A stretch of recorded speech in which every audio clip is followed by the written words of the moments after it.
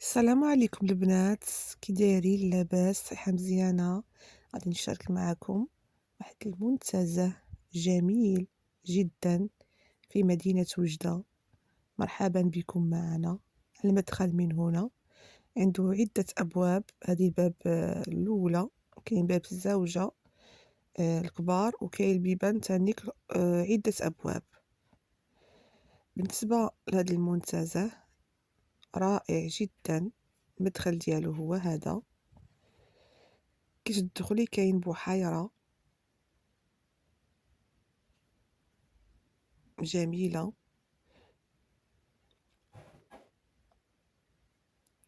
مهم منتزه لجميع اللي بغات دير عيد الميلاد، اللي بغات تجيب الحباب ديالها يفوتوا النهار ديالهم هنايا.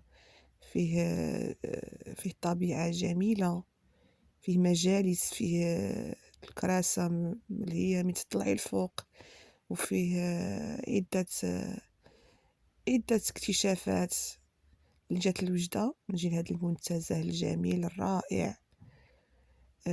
فيه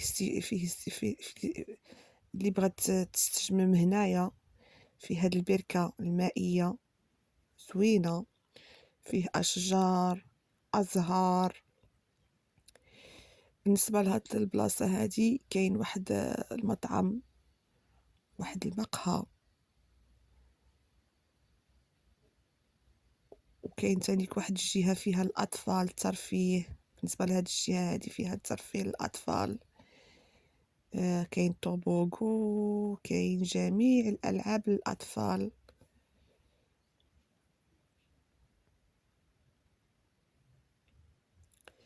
بالنسبة لهاد البلاصة كاين واحد القنطرة هنايا، من تزيدي تمشي تكتشفي بزاف الحويجات. كاين واحد القنطرة هنايا فيها الماء، فيها أشجار، زهور جميلة للاستجمام. بالنسبة هذه القنطرة فيها المنظر رائع جدا، جميل جدا، منتزه رائع وكبير. خواتاتي راه كبير، هاكي خصكي تجي كل مرة تجي تشوفي بلاصة، يعني ماشي غادي تجي غير مرة واحدة وغادي قاعد تشوفيه كامل.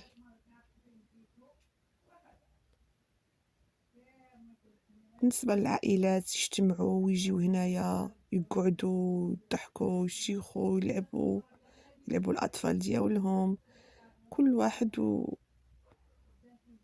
بالنسبة لهاد البركة الجميلة كله فيها البط. كاين حيوانات كذلك، منهم هاد الطاووس، وكاين دواجن كذلك في هاد البلاصة هادي، وكاين الحمام وواحد الأبوني. وشكرا وتمتعنا معي حبيباتي.